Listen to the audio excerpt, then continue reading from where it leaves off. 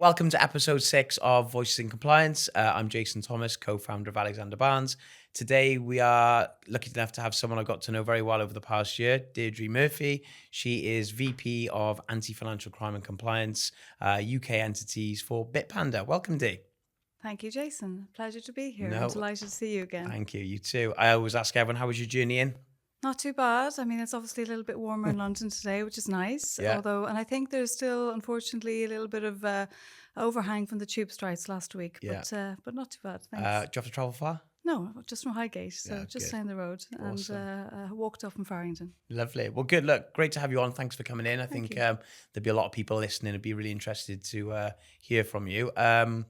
Bitpanda, you see them everywhere at the moment. I'm a big football fan, obviously sponsoring Arsenal. They seem to be doing some really big things. I think it'd be good to kind of get an overview about your role and maybe what they're doing at the moment. Yeah, fantastic. Certainly. We are doing a lot more in the UK than we ever have before. So Bitpanda, for those of you who don't know, is a primarily European crypto platform, really trying to globally expand here at the moment. So we're looking in the UK. We also have some entities in the UAE, which are registered with VARA. But of course, we were founded in Austria. So we've got a number of different entities in Austria, both on the crypto side and also on the MiFID compliance and on the payments. And we also have a couple of entities in Germany. So really quite a global player, or trying to be a global player in the crypto space. And as you say, we do a lot of sponsorship with some sports teams, including Arsenal. Yeah. So really trying to get our name out there in the UK at the moment. Awesome. You're a football fan? I am, of course. I'm a big Definitely an Arsenal Arsenal. fan now, definitely. Yes. And what about yourself? Are you working on anything yourself exciting in terms of projects at the moment? So a lot of exciting projects, Yep. as you can imagine at the moment. We're being really kept busy globally as a firm from a compliance perspective with MiCA, obviously, now that that's come in. On a personal level, of course, we're looking at the UK expansion. We're looking at the new FISMA regime that will come in for crypto towards the end of 2027. But the gateway for applications opens for that on the 30th of September this year. So everyone's going to be rushing to complete that. And of course, travel rule compliance is a big one that we'll talk about later, I'm sure, and also the AML regulation for next year. So all go. Yeah, all busy, Yes. definitely. Yeah. And what about financial crime, I guess, within crypto? Obviously, I guess it's a lot different to traditional banking. Be keen to get your views on that. Yeah, I think sometimes there's a still misperception around financial crime and crypto, and I think sometimes it's unfairly perceived to be more risky. I think a lot of it's around the type of risk that you see and the type of things that we're looking at is different to what we'd look at in traditional finance. I myself have spent a long time in traditional finance before going over to crypto, so I have a good idea that when you're looking in traditional finance, for example, I was in Morgan Stanley, looking at the types of customers you have, potentially complex structures, that type of thing. Whereas in crypto, yes, we're looking at customers and customer risk, but we're really looking at a lot of transaction activity, where the crypto is going, where fiat going and coming from, of course. So it is a little bit different, but ultimately the principles are the same. Yeah, no, makes sense. And it's good that you've worked in both. I think you can give a good insight into both. Do you think do you think it's getting treated in a different way now? I think people are taking it more seriously than maybe a year, 2 years ago. Absolutely. Yeah. It is becoming more prevalent. I think it is becoming something that, every person is looking at. Even looking at the FCA's data regarding how many people own crypto, we see new data coming out every year, and you can see more and more people having exposure to crypto. So with that, it naturally goes to a direction whereby, everyone's going to be looking at it, which means that it is going to be more regulated in the coming years, which I think is a good thing, ultimately. Definitely a good thing. Yes. For people who aren't in this industry, like friends of mine, they all seem to think crypto is really, there's massive problems within financial crime. It's really focused crypto more than other areas. Would you say it is, or do you think that's unfair? I think it's a little bit unfair okay. still. I think I can understand why the perception is there historically. But I don't think it is a fair perception now. But I can understand why. I mean, ultimately, most people still have fiat, right? Most people still transact with fiat. Now, crypto is doing a lot to change that. Mm-hmm. There's a lot of talk about financial freedom. So, when crypto becomes ubiquitous, maybe you could say they're equivalent. But ultimately, in terms of money laundering and terrorist financing, we're still looking at TradFi more than crypto in terms of the actual overall global exposure. And when you actually look at the data that's coming out from, the companies like Elliptic and others, it's estimated that less than 1% of funds are Really? actually listed in the crypto space, right? So trillions and trillions Yeah. are still laundered elsewhere through the fiat space. So It's more a perception. I of think what, it's an unfair perception. I can understand it. They I just think don't historically. probably understand it themselves. So Exactly. And I think crypto gives us really interesting opportunities with blockchain analytics technology to actually have better traceability than TradFi. So, yeah. Are there any sort of myths you'd like to debunk within the space, within financial crime or crypto, if you could? A lot of people suggest that crypto is completely anonymous and untraceable. I think that's one of the biggest myths. Okay. And actually, this is one of the things that really got me interested in crypto at the start, before I went into it, was around looking at blockchain analytics tools. And we've got amazing tools out there where you really can trace the crypto. You can trace it, in fact, a lot more successfully than you can fiat in many cases. And I think that's a huge myth that needs to be debunked. Okay, that's good. Good answer. Yeah. And then if you compare crypto crime, financial crime versus traditional finance, like how would you compare the two? I mean, they are slightly different to a certain extent. A lot of, let's say, TradFi, when we look at financial crime, is around potentially hiding structures, potentially going into things like predicate offences like tax evasion, for example, or other types of predicate offence. In crypto, a lot of the financial crime is actually potentially sends directly to illicit activity, illicit markets, darknet markets, and you don't necessarily see the same thing in TradFi, although you could on the cash side of things, certainly. But that's what we see, and of course, like I say, that's actually traceable. We have these amazing blockchain analytics tools, and they find out where these illicit wallets are, and ultimately are able to actually see direct darknet exposure and sometimes indirect darknet exposure. Do you think the criminals are getting a bit more clued up into the market now? Are they finding different ways to do things? They always seem to be evolving. Yes, I think that's the nature of the beast, not just with crypto, with TradFi as well. I think criminals are sadly always one step ahead of us, and we're always playing catch up. But again, we look at really interesting typologies. So it's super important, I think, for folks in my industry to continue to educate themselves on different typologies, try to look at the latest scams and schemes and say, okay, well, are we preventing that? Doing lessons learned when we see these things come into play, so that we can hopefully catch up. But we are still playing catch up to a certain extent. Is there anything that keeps you up at night in terms of your actual role, in terms of what could happen, or people doing things that could affect your role? I try not to keep up too late at night.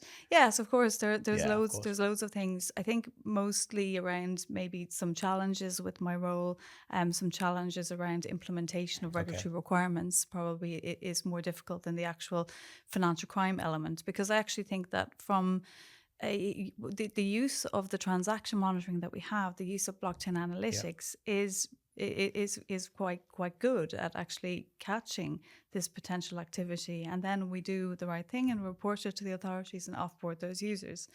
So I'm not as worried about that than I am worried about keeping up to date and constantly keeping at pace with regulatory requirements. Okay, moving on to the UK financial promotions regime. Have you seen a big shift in that area? Indeed, yes. Yeah. So, yes, with us, with Bitpanda, we've really only come into the UK and tried to establish our UK presence and our entity post the implementation of the financial promotions regime, which has meant that we have had to do a lot more. We've had to make a lot of changes to our platform, and how it's actually seen in terms of the user experience will look different in Europe to the UK. So if you were applying and going into Bitpanda and you were using potentially a VPN showing you were in another jurisdiction, you'd have a completely different view.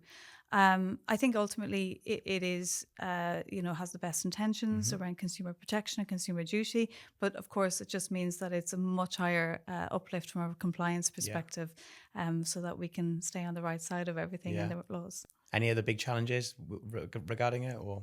Yeah, I think it's potentially difficult for users. I think one of the things that is quite challenging both for firms and for users are things like the 24-hour cooling off period and appropriateness assessments. And look, I think I can understand why these are requirements. It really makes a lot of sense for consumer protection. especially when we consider crypto to be a higher risk investment overall, given volatility. So, of course, we need to make sure that we are protecting those consumers at the end of the day, and that's the FCA's intention. However, I think the challenges that we see, particularly given we are a new player in the market, we want to go into customer acquisition. It's a disincentive to a certain extent for customers potentially moving from one platform to another, because they will need to go through all of these requirements again. And then, of course, for example, when the markets are good, when there is good sentiment, there is a blocker for immediate investment, which you don't necessarily have with other types of investment. Are you guys finding challenges with the margins? Is that becoming a challenge for Bitpanda? Margin trading, if that's what you mean, is a really interesting area. And actually, it's something that we started doing in Europe for crypto before we started doing it in the UK. It's something that is recently just been launched in the UK with a lot of coordination on my part and on my colleagues' parts with the FCA. So we've worked very, very closely with them to ensure that what we're bringing out is a product that they don't have ultimately objections to or blockers to. But it does look different in the UK than Europe. And a lot of that is to do with the FCA's focus on consumer protection. So the challenges there are to really ensure that what you're allowing your customer to enter into is a product that's suitable for them and that they really, really understand the risks. So therefore, it means additional warnings, additional appropriateness assessments, for example, and lower leverage. The leverage amounts, it's important that we ensure that we have mechanisms in place as well to protect the consumer, to stop losses, which we have done. Yeah, so a lot of research for them to do as well to get clued up. It's not all on you guys. It's both sides, really. Definitely. It's like a back and forth conversation. And it's also about having, I think, really open, honest conversations with the regulator about what we intend to do, how we intend to protect consumers. And I think we have a good relationship and work well in terms of ensuring that we're doing the right thing. Do you think the UK rules have made the market safer, or what's your actual view on that point? Do you mean for consumers? I think yes, to a certain extent, absolutely. I think in some cases there are blockers. One of the things that I would say is while the UK rules are in place very much aimed at protection of consumers, I think potentially it is something that we want to revisit as a firm, and we're not the only one in the space. Some of our peers are doing this. We do want to continue to have a look at the label of crypto as a restricted mass market investment because of all of the additional frictions potentially in place for our customers. I think it's super important that we continue to protect the customers and put those protections in place, but we also need to make sure that it's practical and works on an ongoing basis. So we're looking at this particular area in light of the new FSMA regime to see what's the right balance, because I think balance is important at the end of the day. Makes sense. What about MiCA? Hot topic everyone's talking about, or has been for the past year or so? Indeed, yeah. It's been a super busy year, as you can imagine, in the regulatory space. We have actually acquired several MiCA licenses, would you believe? And that's been something that Bitpanda has been really, really busy with for the last year. Of course, there's no MiCA in the UK just yet, but we'll have the MiCA equivalent come in, FSMA. And so a lot of the work we'll be doing over the next while is on implementation of that, but also, looking at the differences in the regimes. 7, that's amazing. What locations, you're able to say the locations they're in? Yes, at the moment we have MiCA licenses in Austria and Germany. We also have one in Malta at the moment. Brilliant. Yes. Hard to get, or? Of course, yes. No, I think, one thing I would say, yes, of course, licenses are... There's a lot of work goes into it. A lot of work goes into all licenses. I think one thing that's interesting in our industry and in our role in particular is that a lot of people see the license as the finish line. Yeah. And it's not, it's the start line, right? You know this from your marathon the other day. Yeah, I do. So, it's kind of the start line of the marathon. You've done all the, all the training, right? It's all the prep. But ultimately then the hard work starts, compliance, and you need to make sure that you're building that trust with the regulators on an ongoing basis. So, a lot of work just continues, shall we say. I can see it though. You kind of see all that hard work get the license, obviously very difficult, and then kind of done it. So it's like breathe, but actually the work does start there. Exactly. You're focused obviously on the UK. How do you feel about the UK versus Europe though? Is the UK potentially falling behind Europe? Do you think there's challenges for the UK? I don't think it's falling behind Europe. I mean, arguably, MiCA has come in before, and the UK equivalent regime has not come in yet. But I would say that the UK has done a huge amount of work over the last 18 months, in particular in preparing for that regime, working with firms. We have an amazing policy person at Bitpanda who's done a lot of work and back and forth with our consultation papers. So the FCA and the UK regime, they really are trying to work with firms to get to a point where it all makes sense and works for the market. Good. I know you're not a politician, but if you were speaking to the UK government, is there anything you would kind of advise from a UK standpoint? I think keeping crypto at the forefront of policymakers, I think, is super important. They have been doing that, I have to say. That's good. More consistency potentially, across different regimes and jurisdictions is something that is welcomed by all. Good. Overall, it seems to be taken more seriously. I think there's more involvement within crypto and stablecoins everywhere, and I think people generally are seeing a change in it. Would you say that's fair? Yeah, I think so. There's definitely more willingness to invest than there was before. There's a little bit of stability in the market, not with all assets, not with all coins, but certainly on the big ones, those that have the highest market cap, those that have the best known names, and that's a good thing. Okay, good. What about the travel rule? People I speak to in the industry are saying that's still a challenge. Is that something you're seeing? Travel rule is definitely still a challenge. We've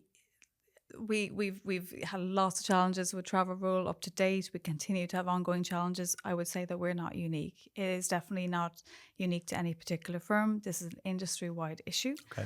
The biggest issues for now are interoperability still, because there is no one source of truth or system that's used by all firms, which is a problem. And then there's the sunrise issue, the fact that some jurisdictions still don't quite have the travel rule in place just yet. So it's something we're continuously navigating. But a challenge we're accepting and on an ongoing basis. And what's the most challenge that's impacting that at the moment? Is there something in particular that's really impacting it? I think what's really difficult for me and for probably for most firms as well is the expectations around self-hosted wallets. Okay. Because the rules do require certain aspects of verification of self-hosted wallets, which makes sense. But how do you actually do that? There is no one system. There is no one source of truth for doing that. There's no consistency. And that also means that potentially some jurisdictions that don't have the same requirements have a competitive advantage. And we want to get away from that, hopefully. And if you're trying to build compliance frameworks and the regulators are intervening all the time, is that difficult to then build? Yes, to a certain extent. I think when you're building compliance frameworks, what we're trying to do is potentially have global consistency, have a global framework, have global minimum standards. I think that is the best thing to do for us personally.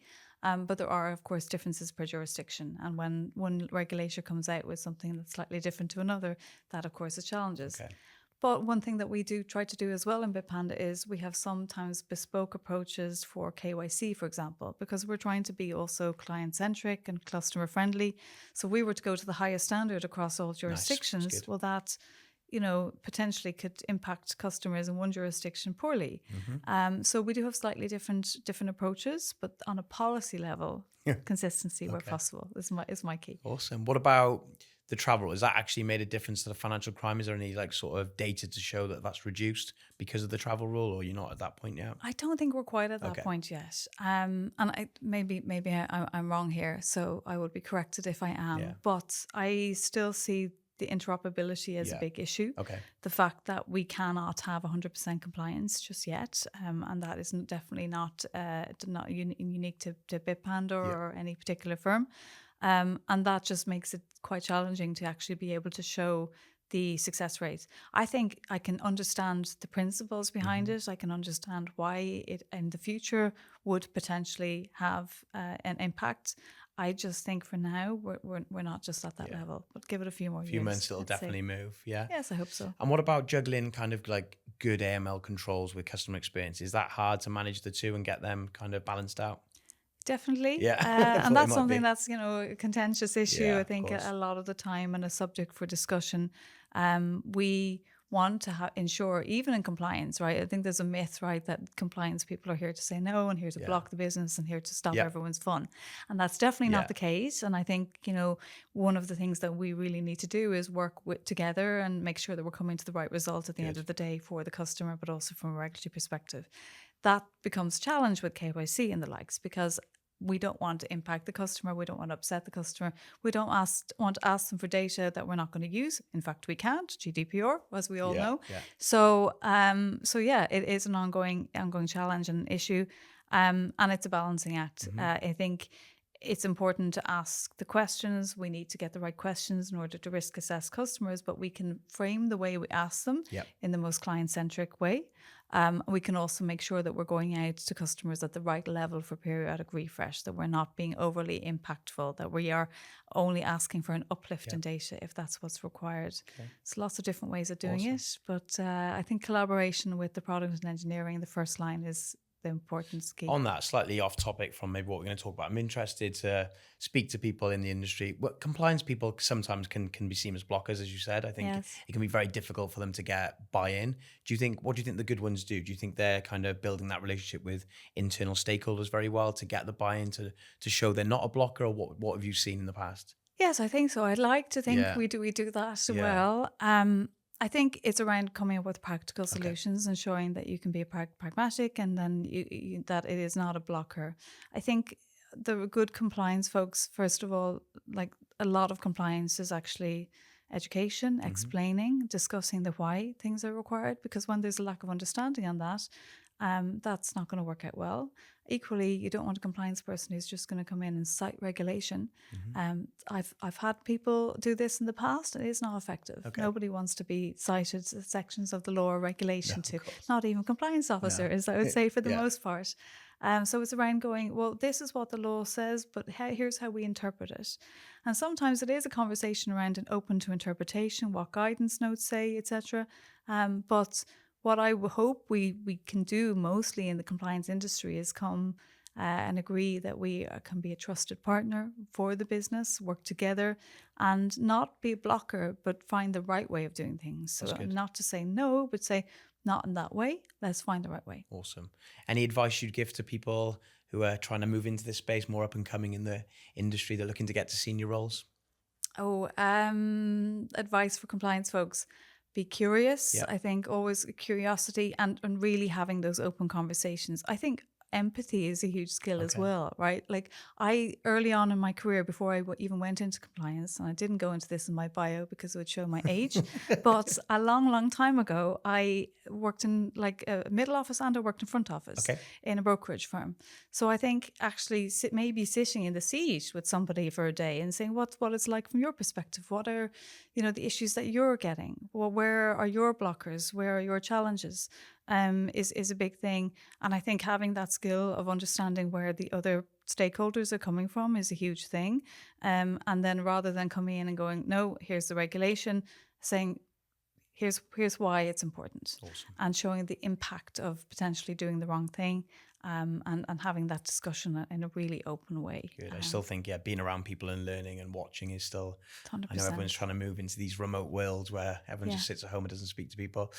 Sadly, true. AI's gone crazy. Yes. Is there much change within your remit, AI within financial crime? You're seeing a lot of AI movement? I think there's a huge use case for AI in financial crime. Good. I think we could do certainly a lot more than we're currently doing, and do it responsibly. In terms of our current firm at the moment, we of course have a responsible AI use policy. One of our original founders is absolutely embedded in the AI process and really, really interested, which is fantastic to see.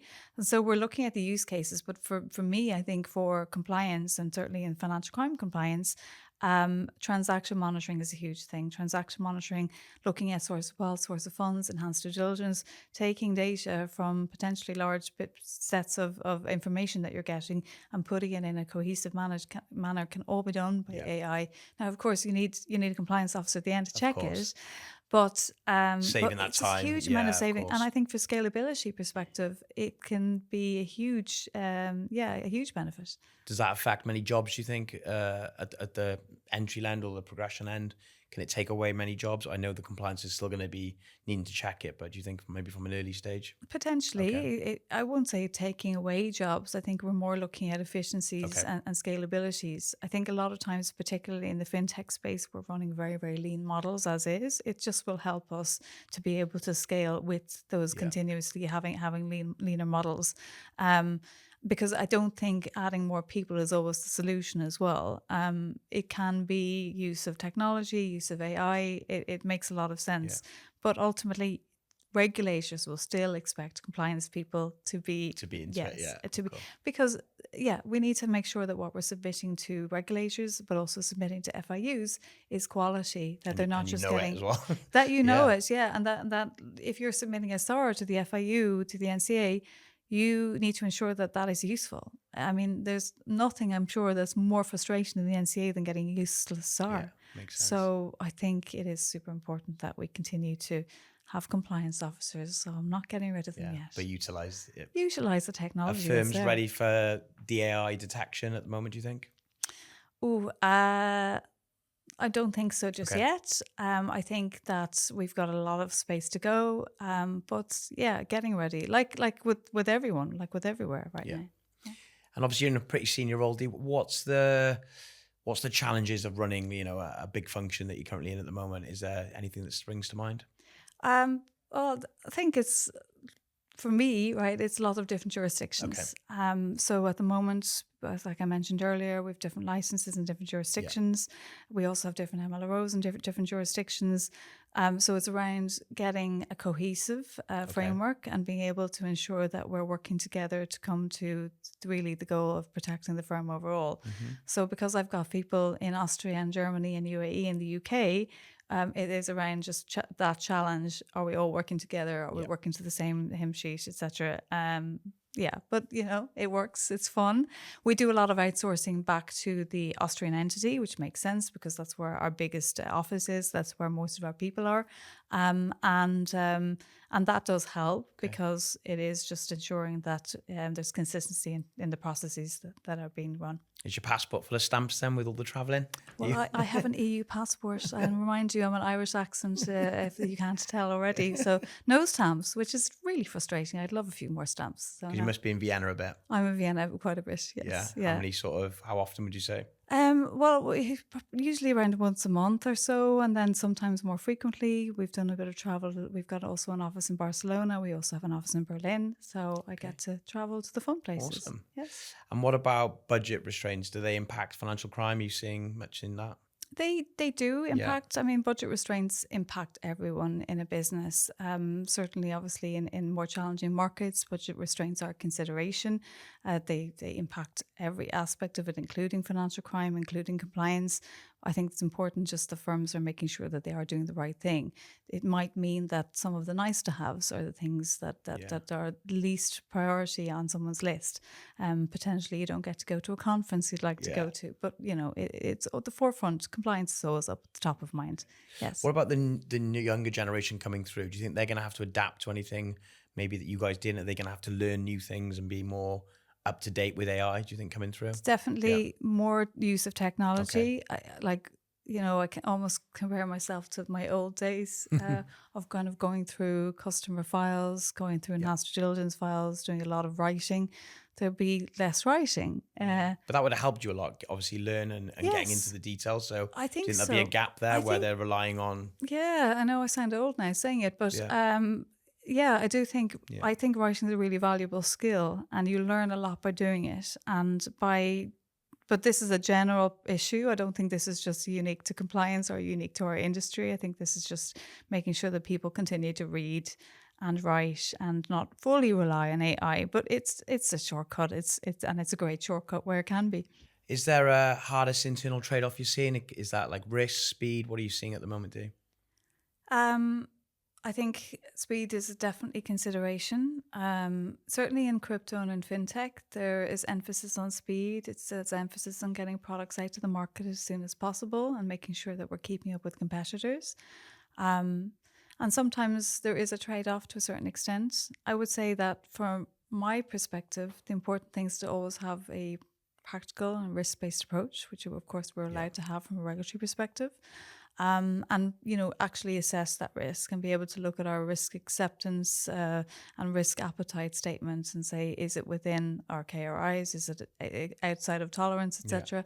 That's where potentially the trickier conversations happen. But I think that's why it is still important to have compliance officers who can exercise discretion and know what is potentially pushing things too far versus what is acceptable risk. I'd say so. I think don't think the robot can do that. No, not yet. Yeah, not yet. What about policy papers? I'm sure there's loads of good stuff in them, but sometimes things fall down. Is there stuff that you've seen that maybe falls down? There's a lot of really good consultation papers out there at the moment. I think the challenge is potentially there's not always the same amount of engagement prior to publishing of a consultation paper. So sometimes there's a lot of commentary coming back from industry after that, although I do think there's a lot of effort being made, like I said earlier, to actually engage with the firms and giving a huge amount of opportunities to provide feedback.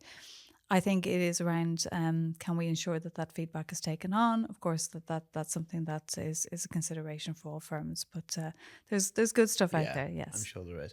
Are you seeing crypto compliance more of a competitive edge now these days, more than a cost center? Would you say that would be fair? I think it's still viewed as a cost center by some. I think personally it's a competitive edge.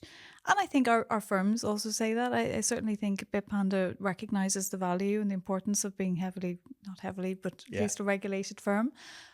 Personally, I definitely think it will become more of a competitive edge because, as we see, more trust will be in regulated firms and the regulated industry, and that is going to help. I think internally, of course, it's still considered a cost, but that's not unique to crypto. I think that's generic in all cases, because of course it's not a revenue generating function, so there's always going to be costs associated, and it's important that we work with the business. I think though to explain the cost of non-compliance is much higher. Yeah, definitely. It's definitely exactly. Big. What about crypto compliance? It's definitely evolving. I mean, the last 2 years I think it's really gone boom. Where do you see it in sort of 5 years' time? Oh, well, I'm hoping that there will be a system for travel rule where there's consistency from a global perspective. I heard some rumors that SWIFT were going to try to do what they've done for fiat for travel rule. I don't know how accurate that is. That would be really fantastic, because I just think if there was consistency and there was not necessarily the same sunrise issues, we would be in a much better position as an industry overall. I think also the more sort of MiCA equivalent regulations that come in, the better the industry is for fair and consistency. So there's not this opportunity for regulatory arbitrage, right? Okay. Yeah. Do you think that anything is going to be outdated within the industry in the next 3 to 5 years? In crypto? Yeah. In the industry, possibly. In compliance, probably not, actually, because I think we're really still developing. Maybe the way that we do things will be outdated. And like we say, we want to continue to develop. We're looking at new AML regulation, for example. So it just means that some of the older stuff does become outdated. That's the nature of the beast. Sadly, it's usually not necessarily that it goes, but it's built on top of is unfortunately the case in our industry. So it just means not necessarily decommissioning something, but just making them bigger and more opportunities. Are there any underestimated financial crime risks within crypto, you think? Underestimated? I don't know if they're underestimated. I think there are some that maybe are not viewed in the same way as others. I'm trying to think. Underestimated, no. One thing that I find super interesting and isn't necessarily there's a lot of talk for sends to darknet markets, illicit activity in that way. But I think sanctions compliance is one of the areas that we still need to look at. I don't think it's underestimated though, but it's an area that needs more focus. Okay. When things go wrong, in terms of like the blame, is that kind of on you guys? Is that fairly shared with regulators? How does it typically work? Be interesting to get your view. When things go wrong, you mean from a business perspective, or? It depends on what has gone wrong, and ultimately whether there is something at fault, right? Okay. I mean, ultimately, if it's a control failure, well, that is on the firm. But I think a lot of the time when things go wrong, it's around how you handle it is the key. If, for example, hypothetically something went wrong, it's around Do you need to notify the regulator? At what stage do you need to notify the regulator? What exactly needs to go? And then that becomes more challenging because you don't want to have a discussion with the regulator when you don't have data and you're not quite sure what has happened. So, for example, if there's a large hack, and of course there are requirements around DORA, incident reporting, etc., then it's conversation internally. But of course, certain requirements have to be case by case, really. Exactly. Yes. Okay. If you could change anything, a regulatory change, what would that be? If I could change anything Got a magic today, wand, you could do it today. I would probably change the rules around travel rule and self-hosted wallets because they're really difficult to adhere to. And yeah, I just feel like the regulators, the intention there is really good. It makes sense, but the technology is not there to support it. So it becomes something that's almost impossible to adhere to properly.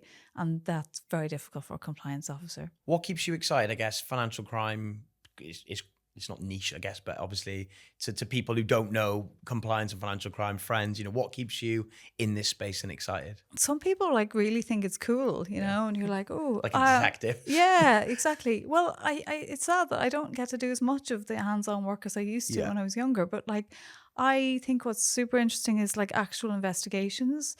And I sat down with a team member of mine not that long ago, whereby he was bringing me through to analysis, multiple hops behind, in the chain, looking at all these different threads. And I just thought that's really cool. Okay. That's really interesting. I wish I could show everyone that. I wish we could all sit down and go, here's how we really detected this potential illicit activity.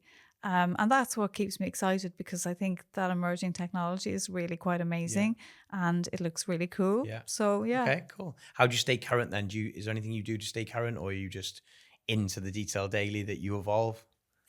Staying current is, I think, a mixture of horizon scanning from Yeah. a regulatory perspective, trying to go to seminars, trying to go to the law firms do amazing seminars, as you probably know. Also, the FCA does amazing seminars, but there's so much out there, it's almost impossible to keep up with it all. Bit. It is a little bit, yes, I definitely. So yeah, the use of AI, don't tell anyone. Back to AI. To a certain extent, is really useful, Yeah. right? Summarize the key regulatory publications in, X, having the right prompts. And then learning that as a tool is in itself, right? But you do it through trial and error. I think seminars, talking to peers. I do a lot of talking to peers. I've certainly done a lot of talking to peers in other firms in the last couple of years about things like travel rule, where we're kind of all facing the same issues. So staying friends with your compliance colleagues in other areas is always good. Definitely. It's a small space. The market's booming. There seems to be lots of hiring. What do you look for when you're hiring in Bitpanda? Is there anything you're specifically looking for, and how are you finding getting good talent? Yes, that's really interesting, I think, because Bitpanda, as many other fintechs, has a set of principles that it looks at for DNA principles. So that's a key thing. When we look at hiring in Bitpanda, we look at, of course, the job spec and the role. We do a recruiter screen, then we do a technical interview usually, but we always finish with what we call a bar raiser. Okay. So we want to make sure that whoever joins us meets the DNA principles, and then we actually have bar raiser questions. And the bar raiser, I think what's really interesting about it is it's not necessarily someone who's in your department. Okay. So we can often have somebody who's completely outside of the department do the bar raiser, and that really means that it's principles focused rather than technical. And I like that about that, because now I have done bar raises for people in finance. I have done bar raises for people in engineering. Takes the emotion away a little bit from them having that skill set, and obviously more generically what we're looking for from a cultural point of view. Exactly. And a culture is a big thing. When we look at how we recruit, but also how we reward, we look at obviously technical skills and how someone's done their job well, but we also look at culture. Are they culture fit? Because that's really important to the organization. What do you think about people coming from different areas? So obviously, I know some people have to have crypto. Are you open to all payments? Would you take people from consultancies, banking? What's your view? I really am. I definitely am. It depends on the role, of course. We have potentially some roles in, let's say, crypto and blockchain monitoring specifically. So it's more difficult to say, we won't have any experience. But arguably, crypto is still a relatively new industry in terms of financial crimes. So it is very difficult to say we want an absolute expert in all of these areas. I think personally, it's having an open mind is huge. Yes, of course, having somebody who knows what they're doing is absolutely paramount. But for me personally, when I'm hiring, I look at whether somebody is smart and nice, right? Because, you want somebody who you can get on with, who can get on with the team. Like I say, having that empathy, being able to have conversations with other teams, know where they're coming from, be able to explain the why. And smart people can learn anything. I'm convinced of it. I'd say so. Yeah. Yes. Is there anyone that you've kind of looked up to that you've learned off throughout your career, like an old boss or someone that maybe took you on a journey when you were up and coming? Definitely. Yeah. I've got a few former bosses. I should I name drop them? I don't know. I can. Anyone is. So one that stands to mind. Well, a couple stand to mind. One is a fantastic woman called Sue Gannon, who she previously worked with me in the firm in Dublin, J&E Davy, and then hired me at Morgan Stanley. Wow. So first of all, that goes to show obviously having connections in the industry, but also just keeping those relationships alive is super important. And Sue was great inspiration to me. She went on to become the global head of financial crime at Nordea Bank. I think she's recently moved back to London, actually.